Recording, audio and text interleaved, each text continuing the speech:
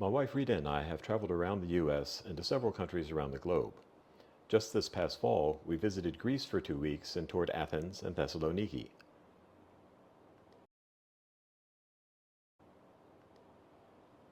From there, it was just a short hop and a $200 plane trip for the two of us to spend a week in Istanbul.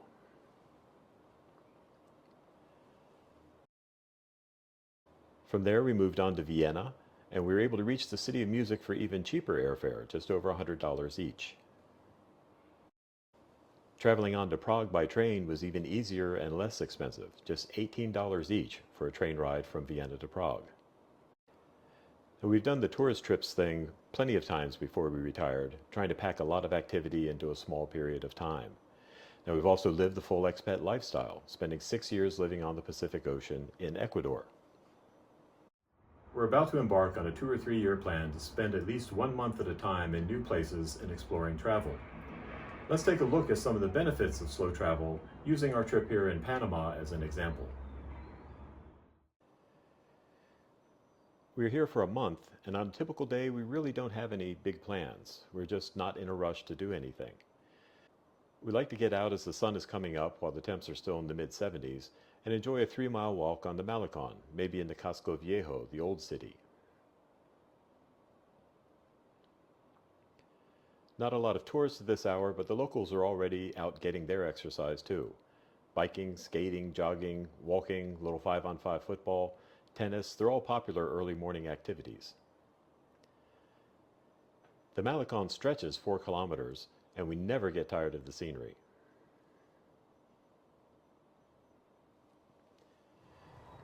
Before we get much further, let's look at some of the logistics that make slow travel actually more affordable than the typical 1 to 2 week tourist stay. First of all, accommodations. Most of us choose hotels for short-term stays. Now, there are many fine hotels in the area and some reasonably priced, but they come with some added costs. Typically, you will not have the ability to cook any meals in a hotel or even to store leftovers. If breakfast is included, you're still buying at least 2 meals a day. For our slow travel experience, we instead booked a month in a modern 1-bedroom condo. We have a full-size refrigerator and freezer, a microwave oven, and a 2-burner electric stove, plus plates, silverware, all the things you need to make some of your own meals.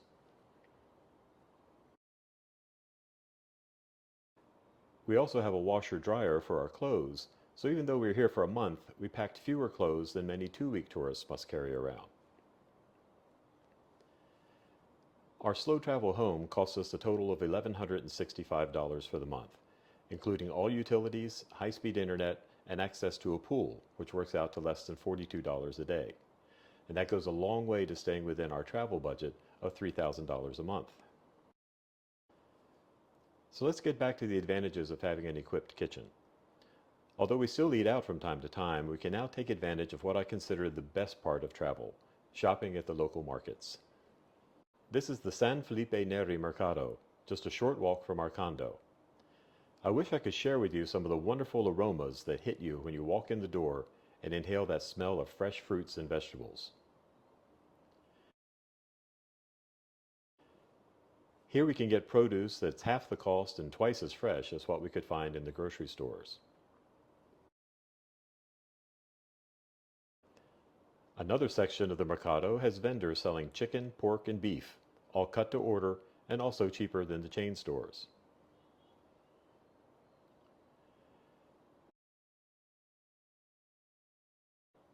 Now let's take a look at my personal favorite, the Mercado de Mariscos, or seafood market.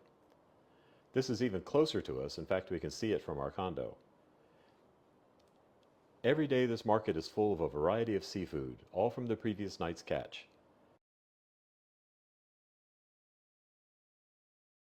Tuna, sea bass, shrimp of all types and sizes, lobster, octopus, squid. Just about anything that swims or crawls in the ocean can be found here at great prices. I'm picking up shrimp at $4 a pound, fresh sea bass fillets for $4 a pound, and so on. Although these two markets, both just a few minutes walk from our condo, provide us with 80 to 90% of our grocery needs, there are still a few things you need from a more traditional grocery store. So we always try to find the one closest to where we are staying. Ideally, we look for one we can walk to or take a bus to, and then take a cab home with our purchases. In this case, we did even better. We found a very large and complete store called El Machetazo that we can walk to and walk back from, since we need so little after shopping at the mercados. Typically, this is where we find things like canned goods, spices, coffee, paper towels, toilet paper, milk, and so on. Now don't be fooled by the way it looks on the outside. Inside, this is a sprawling two-story shop with a pharmacy, groceries, deli section, household items, cosmetics, electronics, toys, really anything and everything you might need.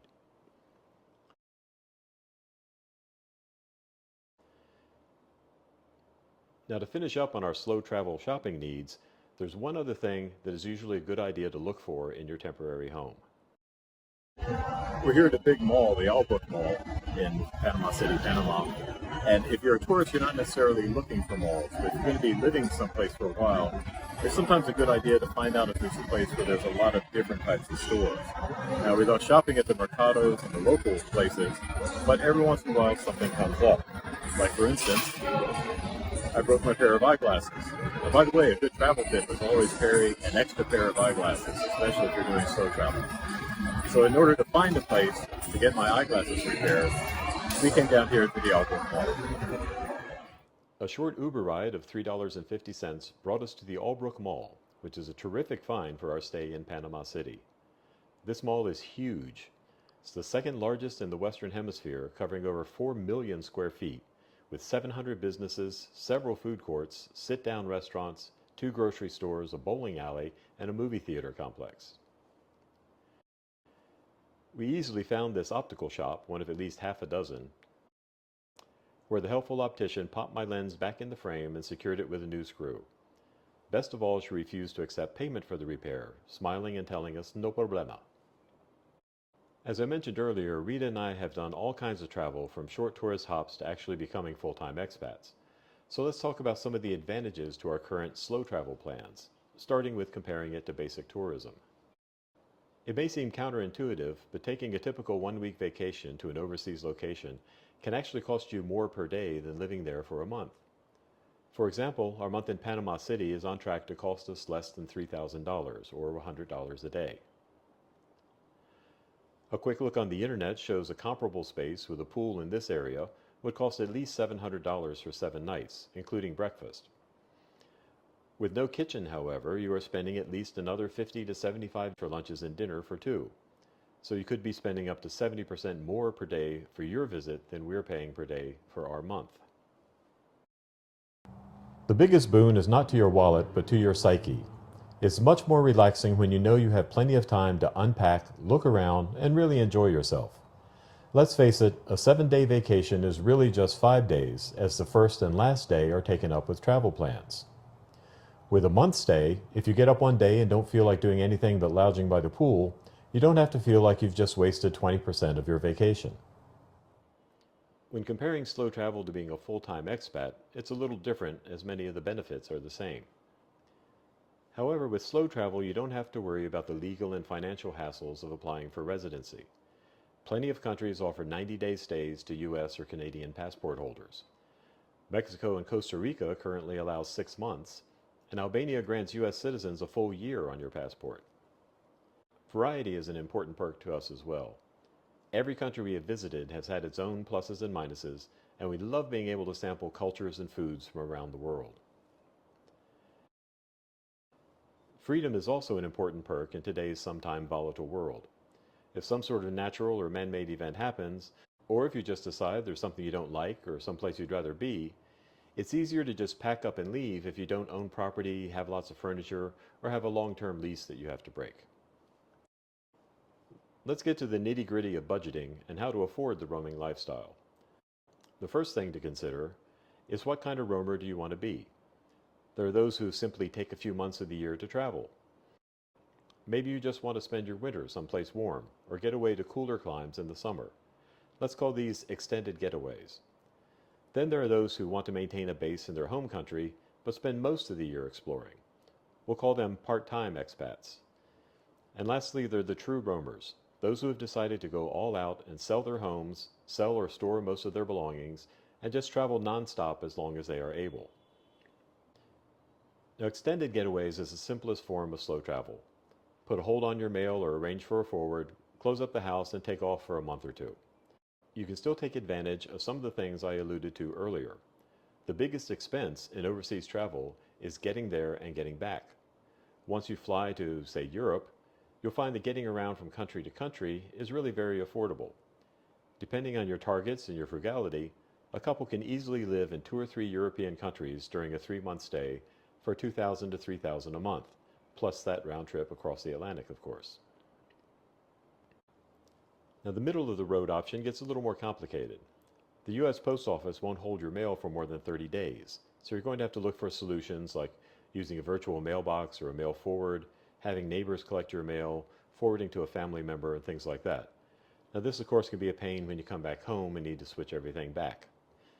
Also, you need to consider the cost of maintaining your home while you're away. Add up the cost of your utilities, insurance, property taxes, and so on, and figure what the minimum monthly cost is for keeping the home fires burning on low. We figured it would cost us about $1,500 a month to follow this method. Naturally, this has an impact on how much you can then budget each month for travel, depending on your income. Now we come to the option that Rita and I are pursuing.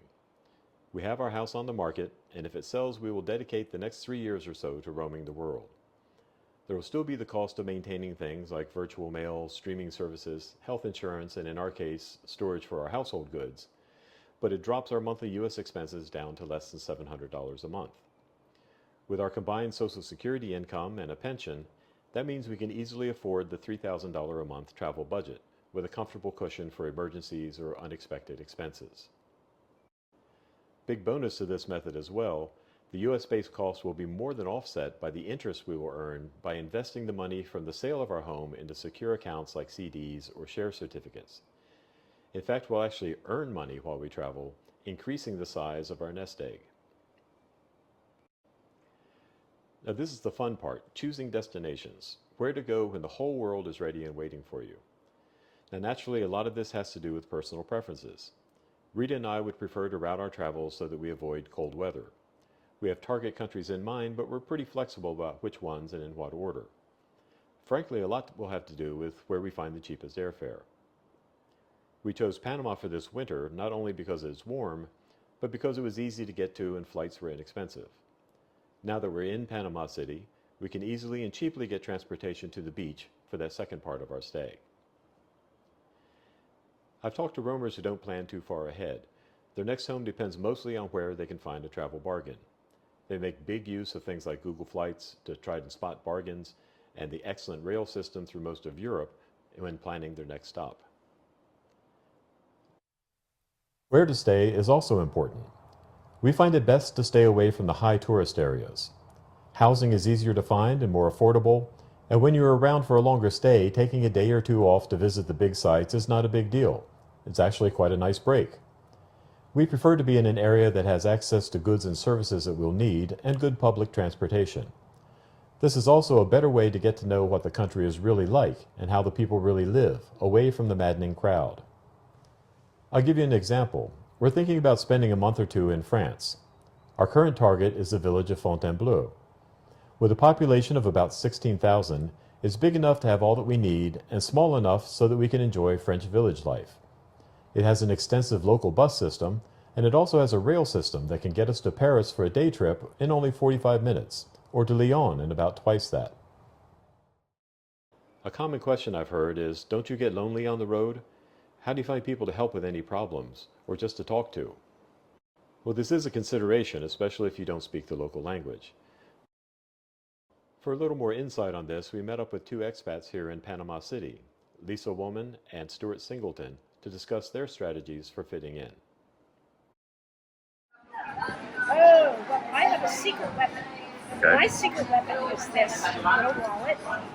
And in this little wallet, I have what I like to call our calling card. So it contains both of our last names, because we're married, but we have different last names. And it can be written on also. That was important, not to get a laminated card that they could write notes on, like her, don't like her, things like that. Remember them, she have a dog. And then it has their information, like WhatsApp phone numbers, names and our email and a picture of us so that they can remember what we look like. So I give this out to people so that they have it. And I know QR codes and all that stuff, but batteries die on phones, and this is forever. And then we chose to live in a tourist destination. So we have that influence of people just coming in and out of our community. Every day there's a cruise ship coming in, and it's a new round of people with stories to tell. And people who speak English love finding other people who speak English. When they hear it, they get excited and they glom to you like, oh, you speak English. And so we've met, but people are interesting and they have fascinating stories. And as Americans, we didn't get to meet many. We don't get to meet a lot of Cubans, especially we live in Oregon. Well, then also living here gave us the opportunity to bring our dog down. And the dog is my main way I meet people. Yes. Right. Nobody wants, I mean, if I was walking down the street, you wouldn't come talk to me, right? I'm just some old guy walking down the street. Might cross the street. He's 6'4", he's intimidating. But because of the dog, that opens up the door. And then he forces me to get out of the apartment. I mean, it'd be very easy. We have a nice apartment, we have air conditioning, I have internet TV, I could sit there all day long and never talk to anybody. Yeah. Which is kind of what I did back in Portland, Oregon. I sat in the house. That was retirement. Yeah, that was retirement. I mean, no job, you don't go anywhere, you just sit there. The dog forces me now to go out so he can do his business. And as you know, because you guys walk everywhere, Casco Viejo is not that big. large. It's 3 blocks wide, 9, 10 blocks long. Ziggy and I get in 5 miles a day. That's how much we walk in Casco. So every doorman, every valet, they all know us. Yeah. The point I'd like to clear up before we wrap here, just because we sometimes use the phrase untourist, it doesn't mean we never visit any tourist sites, or that we don't enjoy tourist-like activities. Here in Panama City, we visited the Canal Museum and enjoyed an expensive meal at the Central Hotel.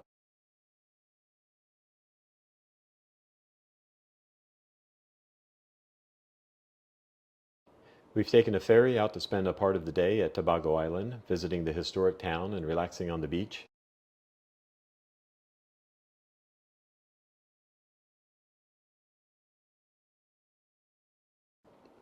And what trip to Panama would be complete without seeing the Miraflores Lock on the Panama Canal?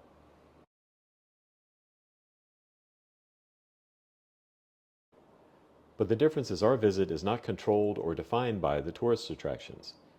Instead, we're free to explore at our leisure, no more than one site a day, with plenty of time to experience life as a resident of Panama City, not just someone sleeping here in between tours. I hope you've enjoyed this brief look at the alternatives to strict tourism or becoming a full-time expat.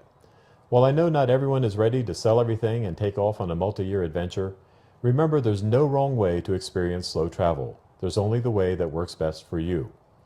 Even if you just try once a year to take a break of a month or so and practice a few untourist tips and tricks, I think you'll find that your travel experience has been enriched and become something really special. So what's next for us? Well, after our 10 weeks in Panama, we plan to return to the U.S. to wrap up our home sale and to prepare for full-time travel. We already have 5 weeks booked in Mexico this spring, and we're thinking of spending some time in Uruguay to look into their banking system, as they're advertising one-year accounts paying as much as 8 to 9% interest. Then maybe off for that trip to France, and from there, who knows? There's just so many places to see. Please leave your thoughts and questions in the comments section, and if you're doing some version of slow travel yourself, I'd love to hear about your experiences, good or bad. Check out internationalliving.com for more information about life abroad, and listen to the International Living podcast, where I talk to writers and travelers from around the world. You can also follow our progress as we transition to a roaming lifestyle on the podcast Travels with Jim and Rita. Until next time, remember it's a big world out there, just waiting to be discovered by you. So happy travels.